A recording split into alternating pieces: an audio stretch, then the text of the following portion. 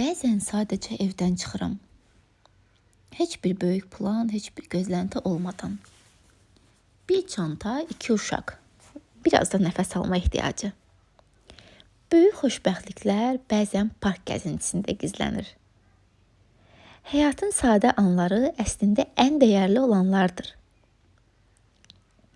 Əslində bu anlar gələcəyin xatirələridir. Bugünkü sadə addımlar sabahki nostaljidir.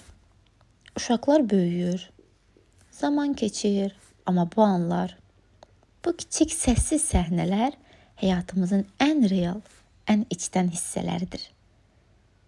Çünki bilirəm ki, bu sadə anlar sabah düşündükcə içimi isidəcək yeganə şeylər olacaq. Bəlkə də xoşbəxtlik dediyimiz şey elə bu sadəlikdir. Bir gün bu anlara baxıb deyəcəyik. Biz o vaxt əslində çox xoşbəxt idik, fərqinə varmasaq da. Sadəcə bir gün, sadəcə park.